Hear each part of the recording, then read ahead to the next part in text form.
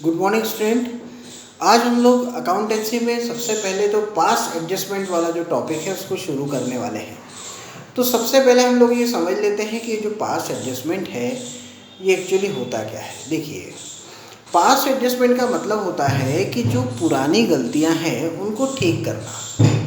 तो जो भी आपके पास में पहले कुछ एरर्स रह गए उनको जब आप रेक्टिफाई करते हैं तो इसी को कहा जाता है पास एडजस्टमेंट।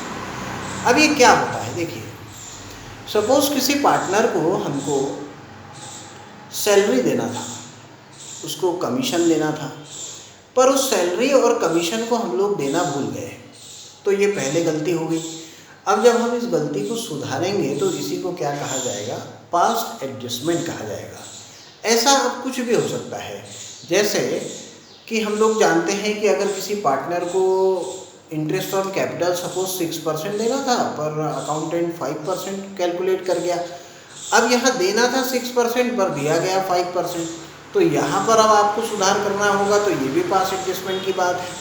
कई बार ऐसा होता है कि किसी प्रॉफिट को इक्वली डिस्ट्रीब्यूट करना था लेकिन 3-1 में हमने डिस्ट्रीब्यूट कर दिया। तो ये जितनी भी गलतियां हैं इनको हमको सुधारना जो होता है, इसी को हम लोग यहाँ पर क्या कहते हैं, पास्ट एडजस्टमेंट बोलते हैं। अब ये जो पास्ट एडजस्टमेंट होता है इसके क्वेश्चन को कैसे सॉल्व किया जाता है, इसमें जनरल एंट्रीज कैसे बनाई जाती है, इस विषय में हम बात करते हैं। देखिए, इसके लिए हम एक एग्जाम्पल को समझेंगे और उसके बाद आपको ये चीज़ क्लियर हो जाएगी कि हाँ, हमको किस तरीके से पास्ट एडजस्टमेंट में जो है वो एंट्रियाँ बनानी है। देखिए, पास्ट एडजस्टमेंट की एंट्री बनती है डेटर और क्रेडिटर के बेसिस पर।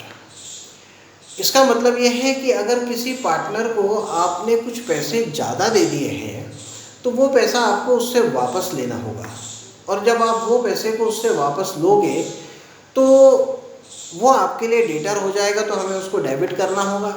और किसी पार्टनर को अगर कम पैसे दिए हुए हैं तो वो हमसे पैसे को लेकर जाएगा, तो वो हमारा क्रेडिटर बन जाएगा, तो उसको हमको क्रेडिट करना होगा। फॉर एग्जाम्पल, आपको मैं एक एग्जाम्पल से भी यहाँ पर क्लियर कर लेता हूँ इस चीज़ को, ताकि आपको किसी प्रकार की कोई दिक्कत यहाँ न जाए। तो जैसे हम यहाँ पर अभी देखते हैं, सपोज कि हमारे पास दो पार्टनर हैं, एक का नाम है ए और एक का नाम हमने रख दिया है बी। तो ये दो पार्टनर हमारे पास में हैं, और ये जो दोनों पार्टनर हैं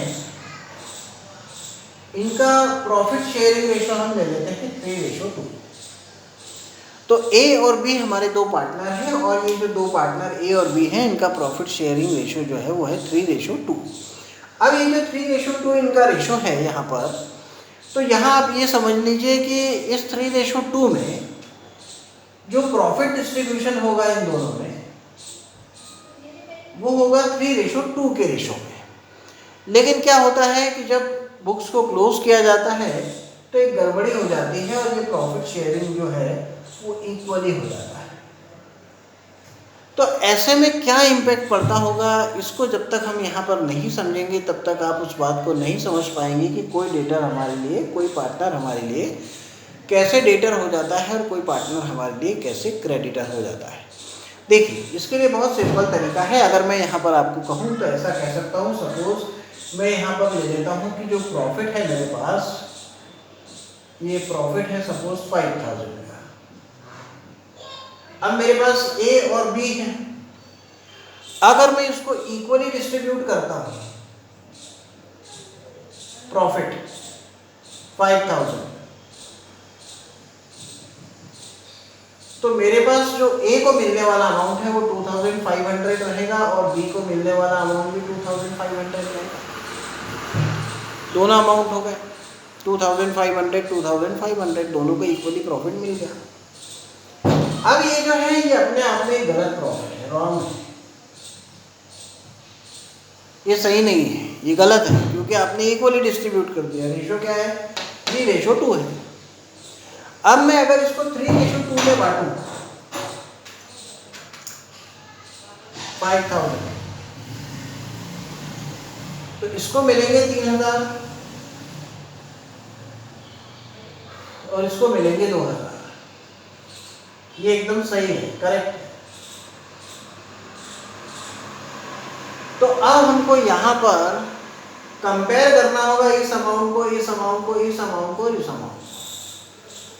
इन दोनों अमाउंट को हमको यहाँ पर कंपेयर करना है। विदाउट कंपैरिजन हम यहाँ पर ये नहीं देख पाएंगे कि कौन सा अमाउंट जो है वो सही है और कौन सा अमाउंट गलत है, कौन हमारा डेटर है और कौन हमारा क्रेडिटर है। तो देखिए शुरू करते हैं। हमको ए को जो पैसे देना था वो देना था 3000, मतलब ए जो है वो हकदार है 3000 का, ए को 3000 मिलने चाहिए, पर हम उसको कितने दे दिए, 2500 रुपये दे दिए। मतलब जो सही अमाउंट है ए के लिए हिस्से का वो है 3000, मतलब ए हमारे पास आएगा और वो कहेगा कि भाई मेरा तो जो हिस्सा था वो 3000 का था, मुझे 3000 चाहिए है। तो आपको इनको कितने हज़ार देने होंगे, 3000 देने होंगे, लेकिन आपने इनको दिए कितने हैं, 2500 दिए हैं। इसका मतलब है कि 500 रुपीज़ हमको और देने पड़ेंगे, किसको, ए को देने पड़ेंगे, क्योंकि ए के लिए जो सही अमाउंट है वो है 3000, जो गलत अमाउंट है वो 2500 है। तो हमको यहाँ ए को देना है 3000, उसको हमने दिए हैं 2500, तो वो और हमसे कितने पैसे लेकर जाएगा, तो 500 रुपये और लेकर जाएगा। तो ये हमारा कौन हो जाएगा, क्रेडिटर हो जाएगा। जो हमसे पैसे लेकर जाता है वो हमारे लिए क्रेडिटर होता है, ये लायबिलिटी है, उसको 500 रुपये देना। लेकिन यहाँ बी में देखिए, बी के हिस्से के बनते हैं 2000 रुपये, उसको मिल गए हैं 2500, कितने ज़्यादा मिल गए हैं, 500 रुपये। तो ये 500 रुपये हमको बी से क्या करने पड़ेंगे, वापस लेने पड़ेंगे, मतलब बी हमारा कौन हो जाएगा, डेटर हो जाएगा। तो ऐसी कंडीशन में अगर हम पास एडजस्टमेंट की एंट्री बोले तो जो डेटर है वो डेबिट हो जाएगा और जो क्रेडिटर है वो क्रेडिट हो जाएगा। तो यहाँ जो पास एडजस्टमेंट की एंट्री बनेगी वो बनेगी आपके पास में कि डेटर हमारा बी है, इसलिए B is capital account debit to A's capital account और 500। तो ये एक आपके पास में एक शॉर्टकट, एक समझने के लिए एग्जांपल था कि पास एडजस्टमेंट का मतलब होता है पुरानी गलतियों को सुधारना। इस गलती को सुधारने के लिए आपको क्या करना होगा, सबसे पहले तो गलती को जो है वो आइडेंटिफाई करना होगा, उसके बाद इसको रेक्टिफाई करना होगा, और इसके बाद देखना पड़ेगा कि आइडेंटिफिकेशन के बाद और रेक्टिफिकेशन के बाद कौन सा पार्टनर हमारे लिए डेटर है और कौन सा पार्टनर हमारे पास क्रेडिटर है। तो फिर जो है वो पास एडजस्टमेंट का क्वेश्चन हमारे लिए बहुत ईजी होता है। तो अब हम लोग यहाँ पर देखते हैं पास एडजस्टमेंट का हमारा पहला क्वेश्चन कि वो क्या कह रहा है और उसको किस तरीके से हमको सॉल्व करना होता है। तो आज का हम एक क्वेश्चन लेते हैं। देखिए यहाँ पर हम बना रहे हैं क्वेश्चन, तो यहाँ हम लिख रहे हैं सपोज कि ए एंड बी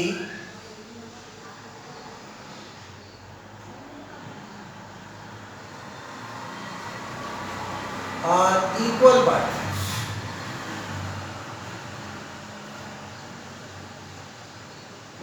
तो ए और बी आज के क्वेश्चन में हमने जो है यहाँ पर कैसे पार्टनर लिए हैं, इक्वल पार्टनर लिए हैं। दे employed capital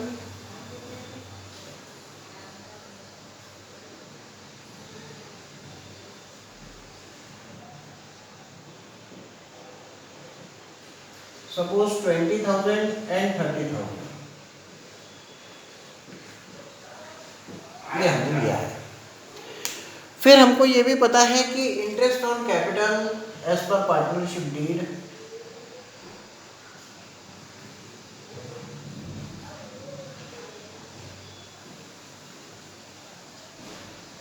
interest on capital is provided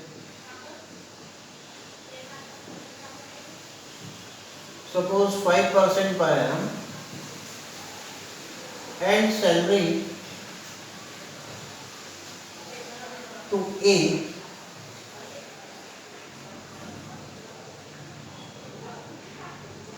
$2,500 per annum. After closing the books,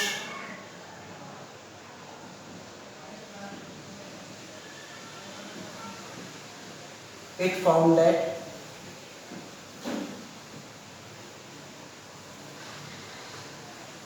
interest on capital and salary was not charged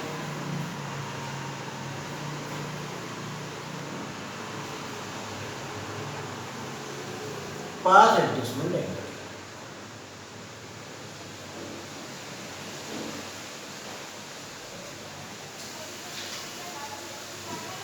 तो देखिए ये एक क्वेश्चन मैंने आपके सामने तैयार किया है। इस क्वेश्चन में सबसे पहले हम लोग क्या करेंगे कि हमारी जो गलतियां हैं उसको आइडेंटिफाई करेंगे कि ये जो गलती है वो किस वजह से हो गई है। तो देखिए यहाँ अपन लोग अब शुरू करते हैं। तो यहाँ लिखा है कि A and B are equal partners, they employed capital 20,000 and 30,000 as per partnership deed. Interest on capital is provided 5% per annum and salary to A 2,500 per annum. यानी यहाँ पर हमारे पास है कि इंटरेस्ट ऑन कैपिटल 5% देना है और ए को सैलरी जो है वो 2,500 की देना है। After closing the books it found that IOC यानी interest on capital and salary is not given to partners. तो अब यहाँ अगर पार्टनर्स को आपने इंटरेस्ट ऑन कैपिटल नहीं दिया और सैलरी नहीं दी तो ऐसी कंडीशन में यहाँ पर आपको ध्यान रखना होगा कि सबसे बड़ी गलती तो यही है कि इंटरेस्ट ऑन कैपिटल नहीं दिया गया है और दूसरी बात है कि ये जो सैलरी है ये नहीं दी हुई है। तो आपको गलती को ठीक करना पड़ेगा। आपको इंटरेस्ट ऑन कैपिटल पार्टनर्स को देना पड़ेगा और उनको सैलरी भी देना होगा। तो इसके लिए क्या करेंगे? तो इसके लिए सबसे पहले हम एक एनालिसिस टेबल बनाते हैं। इस टेबल को आप अच्छे से देखिए मैं कैसे बना रहा हूँ। मैंने एक टेबल बनाया हुआ है। ये मेरे पास पर्टिकुलर का एक कॉलम मैंने रखा हुआ है और इस पर्टिकुलर के कॉलम के बाद में यहाँ दो पार्टनर हैं तो इनके दो कॉलम बना देता हूँ, ए और बी, और एक नया कॉलम मैं बना रहा हूँ फर्म का। तो ए और बी के मैंने यहाँ पर दो साइड बनाए हुए हैं। एक का साइड है डेबिट और एक का है क्रेडिट। मतलब ये हो गया कैपिटल अकाउंट का डेबिट साइड और ये हो गया उनके कैपिटल अकाउंट का क्रेडिट साइड। ये भी हो गया डेबिट साइड, ये भी हो गया क्रेडिट साइड, ये भी हो गया डेबिट साइड, ये भी हो गया क्रेडिट साइड। तो ये टेबल मैंने यहाँ पर बना लिया। अब मैं क्या करूँगा कि जो जो गलतियाँ मुझसे हो गई है पहले मैं उसको ठीक करूँगा। तो उसके लिए क्या करना होगा? तो जैसे हमारे पास में यहाँ पर है तो ये कैपिटल अकाउंट का पोर्शन है, एक है डेबिट साइड और एक है क्रेडिट साइड। तो ये आपके पास में डेबिट होने वाली चीज़ है और ये आपके पास क्रेडिट होने वाली चीज़ है। तो हमने जो हमारा रूल पढ़ा है उसमें सीखा है कि अगर ड्राइंग और इंटरेस्ट ऑन ड्राइंग आता है तो ही आपको डेबिट साइड में लिखना है, अदरवाइज क्रेडिट में लिखना है। तो हमको पार्टनर को यहाँ पर क्या क्या देना है? तो पार्टनर को हमको यहाँ पर देना है इंटरेस्ट ऑन कैपिटल, पार्टनर को हमको यहाँ पर देना है सैलरी। तो ये जो दो चीज़ें देनी है तो इसके लिए हम क्या करेंगे कि सबसे पहले इन दोनों चीज़ों को हम हमारे टेबल में लिखेंगे। तो मैं यहाँ सबसे पहले लिख रहा हूँ, देखिए इंटरेस्ट ऑन कैपिटल। तो इंटरेस्ट ऑन कैपिटल जो मुझे देना है वो है मेरे पास 20,000 और 30,000 का 5%। तो 20,000 और 30,000 का मैं निकालता हूँ 5%। तो 20,000 का 5% हो गया 1,000। तो ये मैं लिखूँगा क्रेडिट साइड में। यानी जो जो पार्टनर को देना है वो सारी चीज़ें क्रेडिट साइड में और जिन चीज़ों को हमको पार्टनर से लेना है वो सभी चीज़ें यहाँ पर जो है वो डेबिट साइड में आएंगी। तो जो देना है तो इंटरेस्ट ऑन कैपिटल देना है और बी को भी देना है। तो 30,000 का 5% निकालूंगा तो 1,500। अब फर्म के लिए ए और बी को ये दोनों पैसे देना लॉस है और इस लॉस को हमको कहाँ लिखना पड़ेगा? तो फर्म के कॉलम में भी लिखना पड़ेगा। तो एक शॉर्टकट आप ध्यान रखिएगा कि जो टेबल में क्रेडिट के कॉलम में आता है पार्टनर की, जो क्रेडिट के कॉलम में आएगा वो फर्म के डेबिट के कॉलम में चले जाएगा। तो जो क्रेडिट में आएगा उसको फर्म के डेबिट में लिखा जाएगा और जो फर्म के क्रेडिट में आएगा वो पार्टनर्स के डेबिट साइड में आएगा। यानी उल्टा चलेगा, ठीक अपोजिट इन्वर्स हो जाएगा। तो ए का हुआ 1,000 क्रेडिट और बी का हुआ 1,500 क्रेडिट। ऐसे 2,500 जो है डेबिट साइड में लिख देंगे। फिर सैलरी देना है तो सैलरी जो है वो 2,500 का है जिसको कि हमको ए को देना है।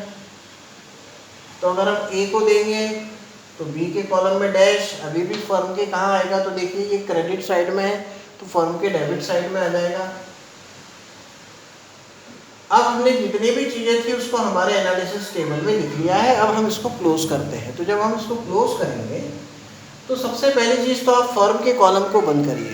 तो फर्म का जो टोटल है वो है 5,000, उसमें से 0 गया तो अभी भी यहाँ पर बच गया देखिए 5,000। तो सिंपल है डेबिट साइड के टोटल में से हम माइनस किसको कर रहे हैं, क्रेडिट साइड को। तो डेबिट में से क्रेडिट माइनस किया तो यहाँ 5000 बच गया। अब इस 5000 का नाम क्या है, तो ये जो 5000 है जो हमारे पास बैलेंस बचा हुआ है, तो डेबिट साइड बड़ा है, तो फर्म का जब डेबिट साइड बड़ा होता है तो हम इसको कहते हैं लॉस, और जब फर्म का क्रेडिट साइड बड़ा होता है तो हम इसको कहते हैं प्रॉफिट। तो ये हमारे लिए क्या है, ये हमारे लिए लॉस है। तो हमको लिखना होगा डिस्ट्रीब्यूशन ऑफ लॉस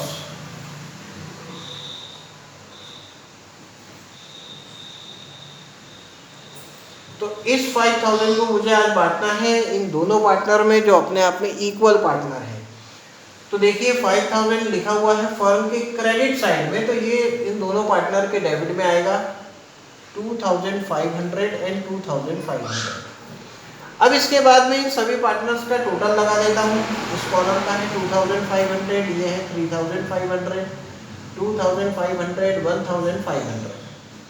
अब आपको क्या करना है कि सबसे पहले इन दोनों का जो पार्टनर है इनके अकाउंट को बंद करना है और देखना है कि इनका कौन सा साइड बड़ा और छोटा है। जैसे 2500 और 3500, तो इसमें 3500 बड़ा है तो इधर साइड बच जाएंगे हमारे पास 1000। तो बड़ा क्रेडिट साइड है इसलिए इसके सामने आप क्रेडिट का सिंबल लिख दीजिएगा। और यहाँ पर 2500 और 500 में बड़ा 2500 है, तो बैलेंस भी 1000 का आ रहा है। 2500 में से 1500 घटाए गए हैं, 3500 में से 2500 घटाए गए हैं, तब यहाँ 1000 आया है। यहाँ पर बी के कॉलम में डेबिट साइड ज़्यादा था इसलिए मैं यहाँ DR का साइन बना लेता हूँ। इससे मुझे ये पता चल जाता है कि जो हमारा B है उसको हमको डेबिट करना है और जो हमारा A है उसको हमको यहाँ पर क्या करना है, क्रेडिट करना है। तो अब हम यहाँ पास एडजस्टमेंट की एंट्री बनाएंगे। तो ये सिंबल ही हमको बताएंगे कि हमको किसको डेबिट करना है और किसको क्रेडिट। तो देखिए यहाँ पर हम जर्नल का फॉर्मेट बना लेते हैं और यहाँ मैं एंट्री लिखूँगा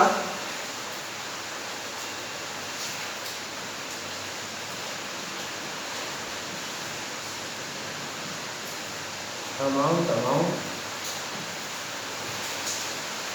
और यहाँ पर हमारी एंट्री बनेगी अब B's capital account debit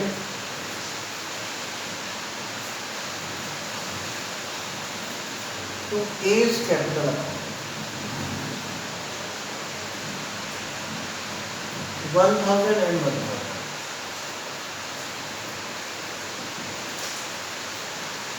being passed adjustment entry